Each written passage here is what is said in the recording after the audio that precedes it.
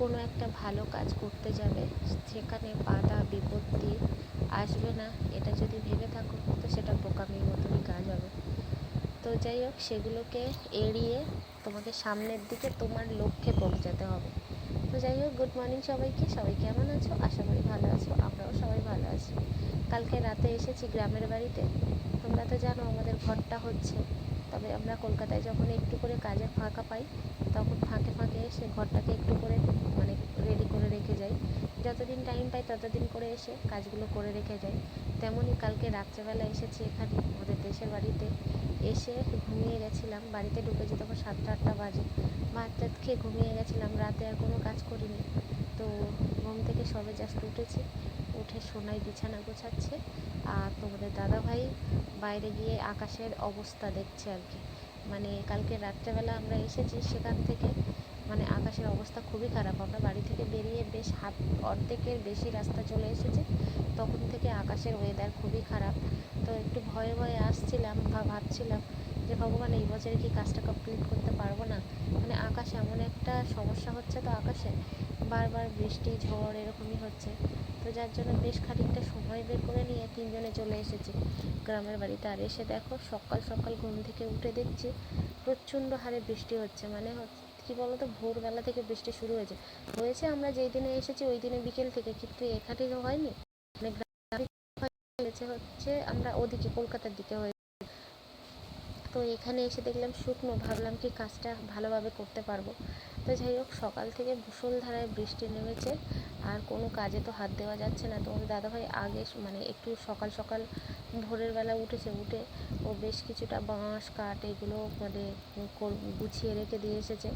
আর পুরো দেয়ালগুলো, যতটা দেয়াল গাঁথা হয়েছিল সেগুলোতে জল দিয়ে পাম্প চালিয়ে জল দিয়ে ভিজিয়ে দিয়েছে।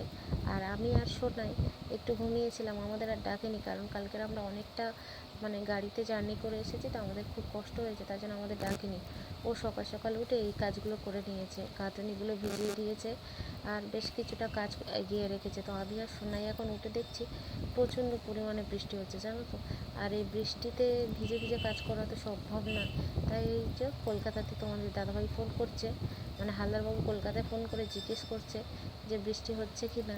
তো আমার ভাগনারা বলছে হ্যাঁ মামা, প্রচণ্ড বৃষ্টি হচ্ছে। তো যাই হোক, আমরা এখন যতক্ষণ বৃষ্টি না থামে সেই অপেক্ষায় থাকি। আর এই যে বুড়োবাবু দেখো বকর বকর করে যাচ্ছে। তো চলো, সবাই ভালো থেকো, আমরা কাজ করি। ছেলের আমার কাণ্ড দেখো, এমনভাবে খুঁটি খাটা ধরে টানাটানি শুরু করেছে, মনে হয় ঘর বানানোর আগে ভেঙে ফেলবে। সকাল থেকে তো বৃষ্টি হচ্ছিল, ঘরের কাজে হাত দিতে পারিনি। এখন 12টা 12:30 বাজে, এখন চলে এসেছি ঘরের কাজ করতে। কারণ ভাবলাম কি যে আজকে যদি কিছুটা পরিমাণে মানে কাঠের কাজ, মানে সেন্টারিং আর রডের কাজটা করে রাখতে পারি, কালকে ঢালাইয়ের কাজটা করতে পারবো। আর আজকের আমরা শুধু জাস্ট ঘরের 3টে ঢালাইয়ের কাজ করবো, মানে 2টো জানলা আর ঘরের ভিতরে একটা যে সানসেট হয় না, ওইটা ঢালাই করব। যার জন্য করে এই শুধু ঘরের কাজটুকু করব। আর সিঁড়ি আর রান্নাঘর আর বারান্দার কাজগুলো টোটালি এখন বন্ধ থাকবে, পরে করব, কারণ এখন হাতে একদম সময় নেই। আমরা খুব কম সময় নিয়ে কলকাতা থেকে দেশে এসেছি। ভাবলাম কি যে এত ঝড় বৃষ্টি হচ্ছে আর এতটা করে মানে গেঁথে তুলে রেখে এসেছি, যদি ঝড়ে ফেলে দেয় এরকম তাড়াতাড়ি করে এইগুলো করে রেখেছি। তো সকাল থেকে প্রচুর মানে বৃষ্টি ছিল, কাজে হাত দিতে পারিনি। এখন হচ্ছে ভাবলাম সেন্টারিংয়ের কাজটা আর রডের কাজটা করে রাখলে সকালবেলা উঠে, মানে কালকে সকালবেলা উঠে আমরা ঢালাইটা করতে পারবো। তাই জন্য তিনজনে লেগে গেছি। আর এই যে আমার মহারাজকে দেখো, এ তো মানে কষ্টের কাজ ছোটোবেলা থেকে, এইসব এত কষ্টের কাজ কোনো দিনই করেনি, কারণ ও রেগে যাচ্ছে।